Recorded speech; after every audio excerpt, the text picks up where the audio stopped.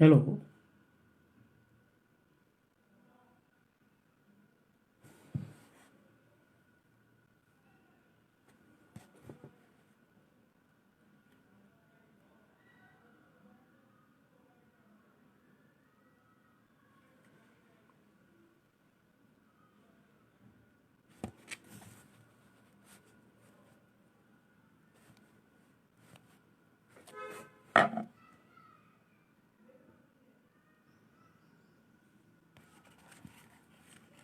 कवि समाज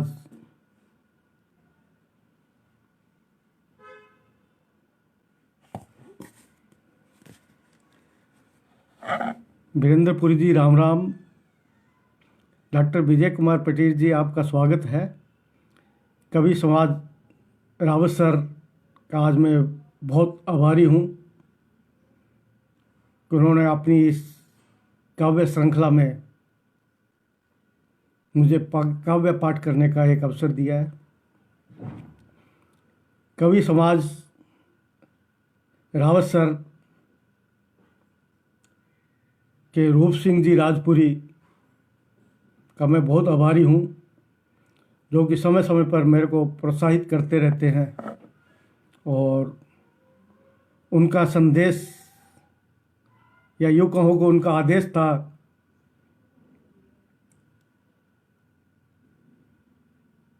क्या मेरी आवाज़ स्पष्ट आ रही है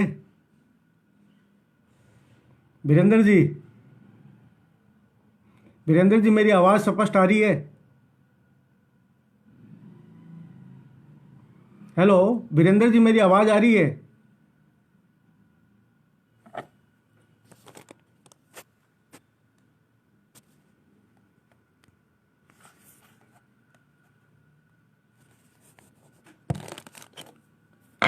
कवि समाज रावत सर के रूप सिंह जी राजपुरी और हमारे कवि समाज रावत सर के सुरेंद्र पाल जी सोनी,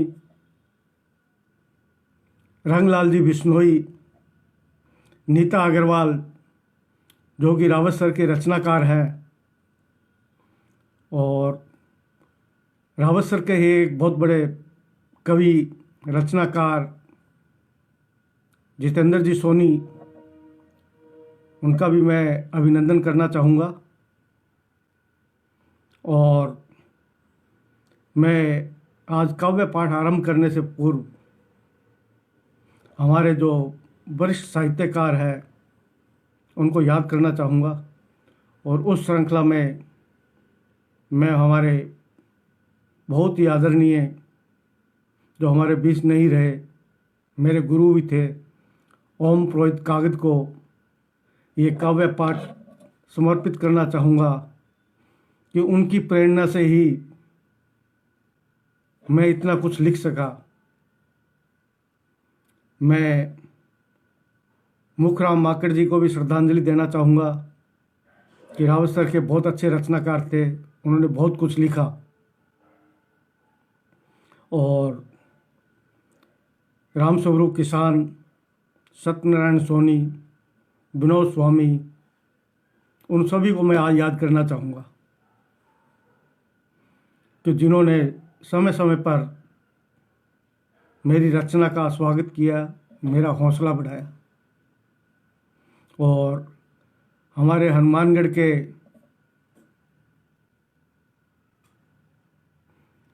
हाँ वीरेंद्रपुरी जी, मैं आपका संदेश पढ़ रहा हूँ।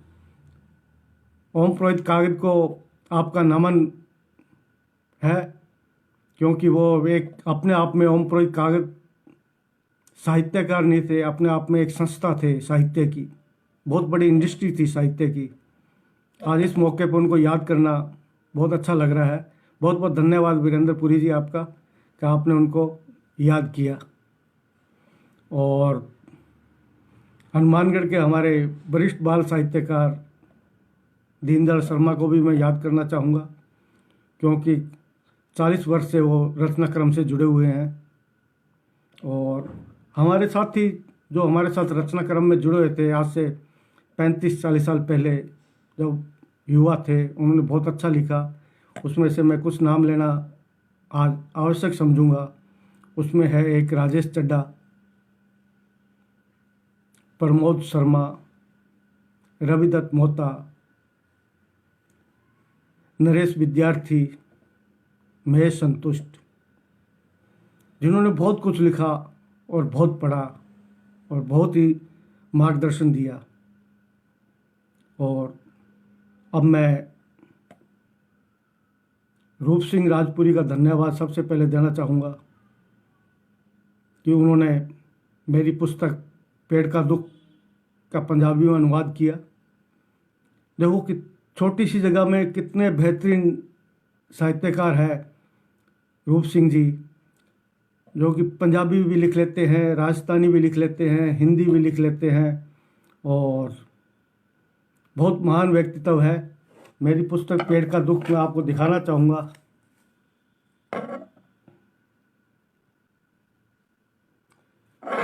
पेड़ के दुख के ऊपर उन्होंने इसका पंजाबी में अनुवाद किया है, रुख दा दुख, और बहुत जल्दी ही प्रकाशित होकर वो आ रही है। और पेड़ का दुख मेरी जो साहित्यिक कृति है, इसके ऊपर एक छत्तीसगढ़ के कुछ कलाकारों ने, रंगकर्मियों ने, अभी कुछ दिन पूर्व रंगकर्मी दिवस था तो मेरे को याद आ गया, उन्होंने बरेली में एक अंतर्राष्ट्रीय प्रतियोगिता हुई थी। इस पुस्तक के ऊपर उन्होंने कविता के ऊपर नाटक खेलना एक बहुत ही अद्भुत बात है और उसके ऊपर उनको अंतर्राष्ट्रीय पुरस्कार मिला था पेड़ के दुख के ऊपर बरेली में, जो कि एक अपने आप में मेरे लिए भी खुशी बात है, लेकिन उन महानता उन कलाकारों की है जिन्होंने कविता को एक नाटक में पिरोकर वहाँ पेश किया। मैं उनको भी सैल्यूट करता हूँ आज। तो आजकल जो सबसे महत्वपूर्ण बात है वो है किसान। मैं अपनी पहली कविता किसान से ही आरंभ करना चाहूँगा। किसान। गाँव में सन्नाटा, खेत उदास है।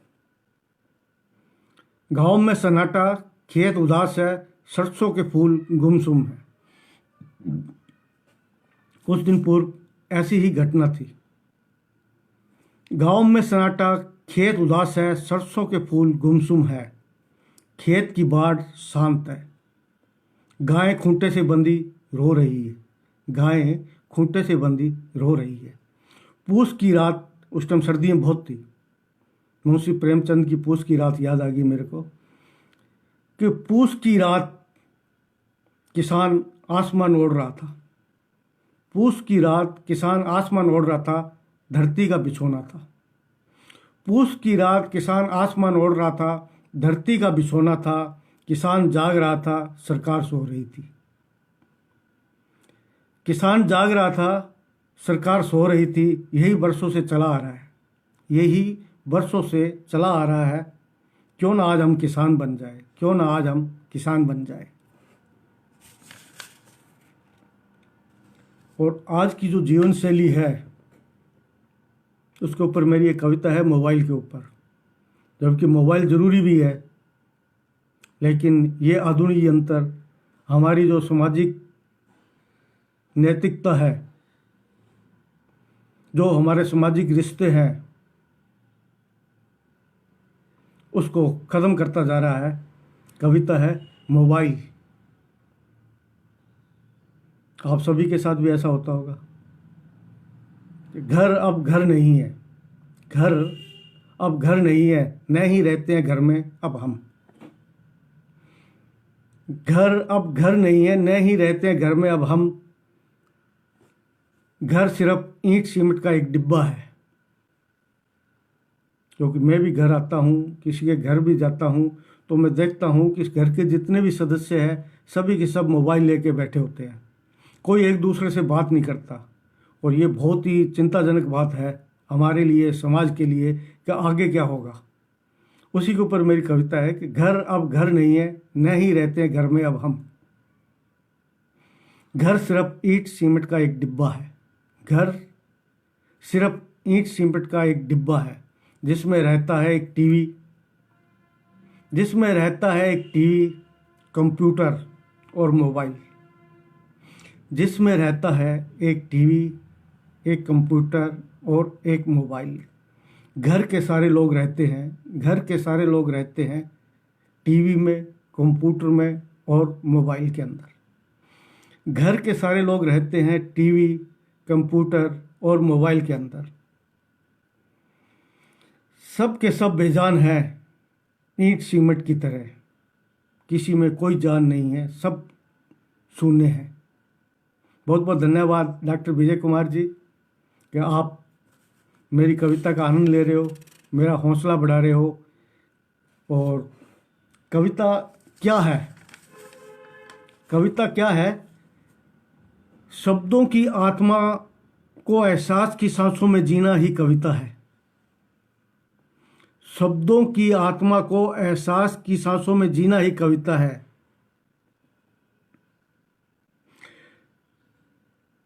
मैं सोचता हूँ शब्दों की आत्मा को एहसास की सांसों में जीना ही कविता है। शब्दों की आत्मा यानी जो कहा गया, जो बयां किया गया और जो समझा गया और जो महसूस किया गया, वही कविता है। कविता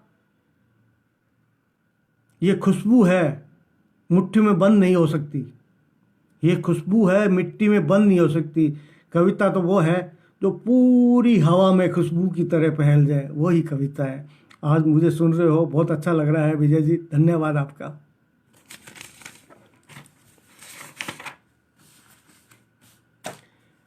जो मेरी पहली कविता है जो मैंने लिखी, वो लिखी थी मैंने पेड़ का दुख।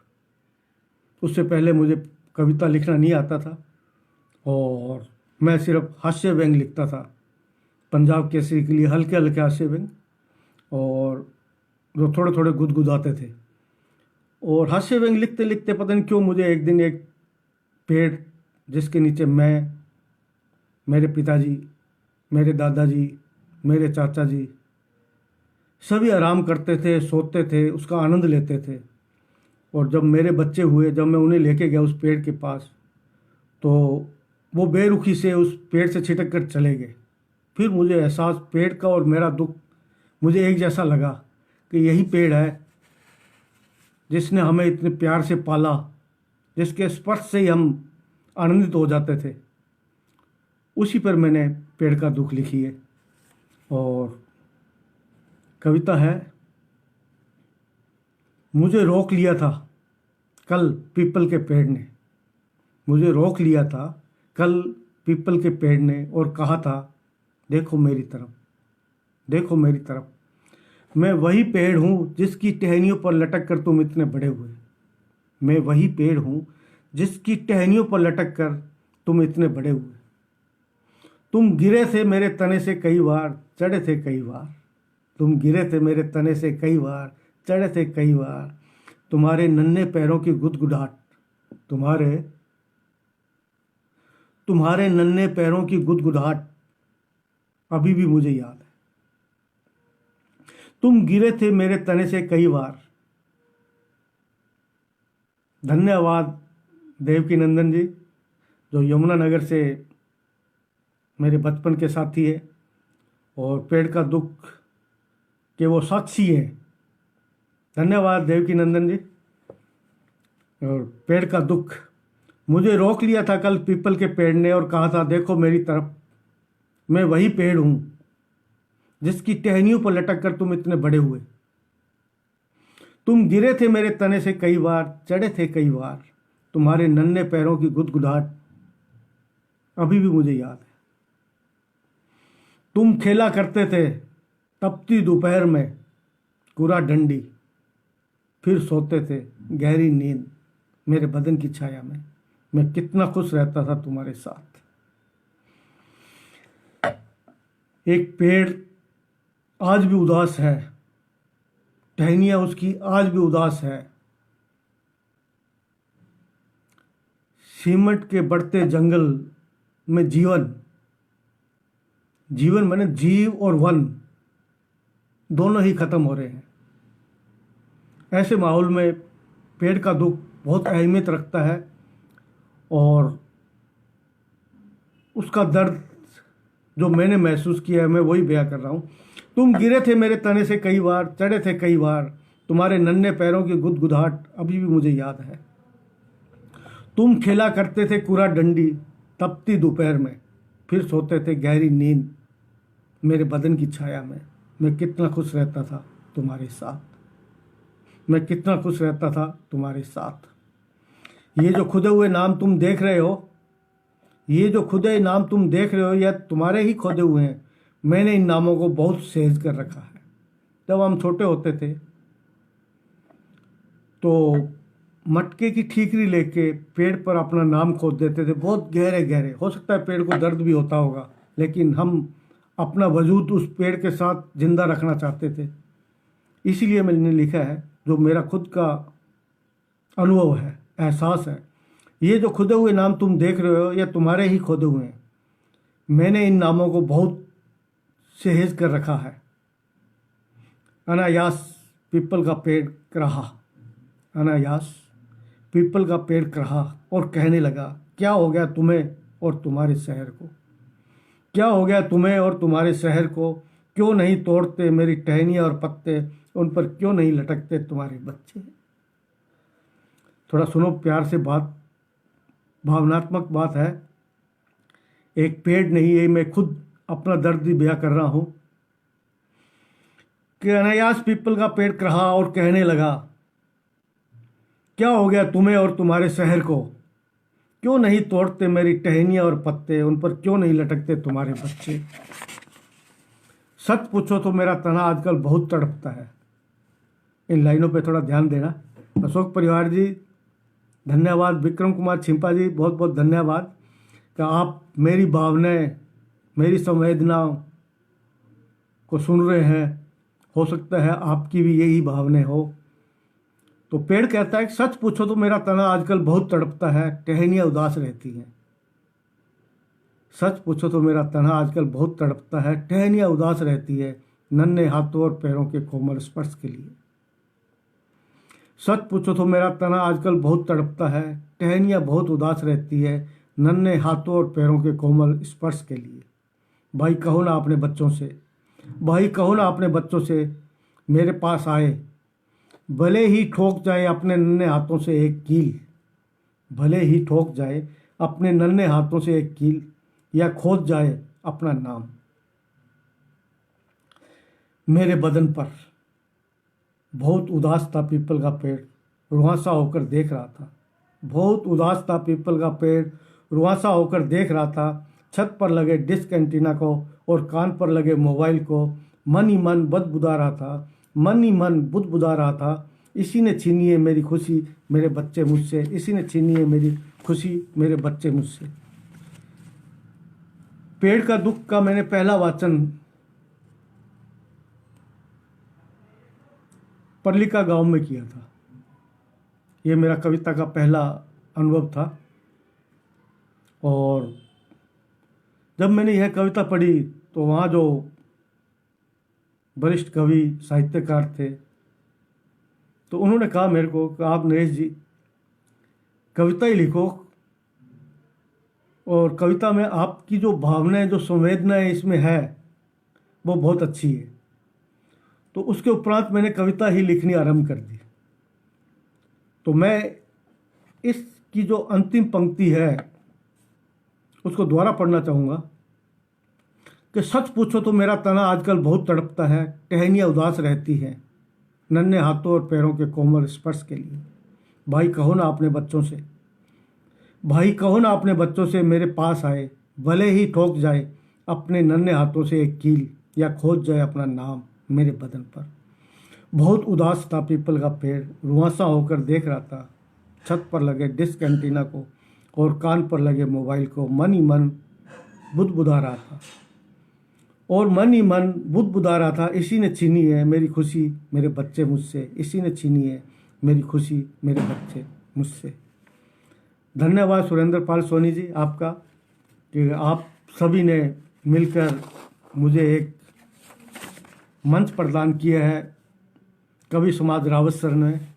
और कवि समाज रावत सर की आप भी एक शाखा है, तना है, टहनियाँ हैं, पत्ते हैं, उन सभी को मेरा सैल्यूट। अब मेरी कविता है मेरी बेटी के ऊपर लिखी हुई है, गिलहरी। गिलहरी का तमिल में और अंग्रेजी में दोनों में अनुवाद हुआ है। और इसमें ही एक बेटी की संवेदना है, और गिलहरी मेरे को बेटी की तरह ही लगती है।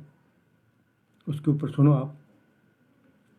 पेड़ से उतरकर बहुत चहकती फुदकती थी मेरे आंगन में, बच्चों की तरह एक गिलहरी। पेड़ से उतरकर बहुत चहकती फुदकती थी मेरे आंगन में, बच्चों की तरह एक गिलहरी। कभी पूंछ हिलाती मेरी गुड़िया की तरह, कभी मुंह बनाती। कभी पूंछ हिलाती मेरी गुड़िया की तरह, कभी मुंह बनाती, अटखेलियाँ करती, कभी पेड़ पर कभी मुंडेर पर चढ़ती उतरती, निकल जाती मेरे पास से बच्चों की तरह गिलहरी। गिलहरी इतनी खूबसूरत, इतनी चंचल होती है कि उसको बार बार देखने का मन करता है। और मैंने तो उसको अपने हाथ पे भी गिलहरी को बिठाया हुआ है, और उसी गिलहरी और मेरे को बेटी एक जैसी ही लगती है। और गिलहरी वहाँ होती है जहाँ पेड़ होता है, और पेड़ आजकल कटते जा रहे हैं, और ऐसा ही बेटियों का हाल हो रहा है। तो उसी के ऊपर है गिलहरी। पेड़ से उतरकर बहुत चहकती फुदकती थी मेरे आंगन में, बच्चों की तरह गिलहरी। कभी पूंछ हिलाती मेरी गुड़िया की तरह, कभी मुंह बनाती, अटखेलियाँ करती, कभी पेड़ पर कभी मुंडेर पर चढ़ती उतरती, निकल जाती पास से बच्चों की तरह गिलहरी। मुझे बहुत अच्छी लगती थी वह गिलहरी, मुझे बहुत अच्छी लगती थी वह गिलहरी, ठीक मेरी बेटी की तरह। धन्यवाद सुरेंद्र पाल जी, सोनी, बहुत बहुत धन्यवाद आपका कि आप इतनी प्यार से मेरी भावनाओं को समझ रहे हैं। लिखना जब भी सार्थक होता है जब आपकी भावनाएं दूसरा समझे। अगर आप जो लिख रहे हो, आपकी कविता की एक पंक्ति भी किसी के जहन में उतर जाती है, तो आपका लिखना सार्थक है। वो किसी बहुत बड़े पुरस्कार से भी बड़ी बात है कि अगर आपकी कविता की एक पंक्ति किसी के जहन में है।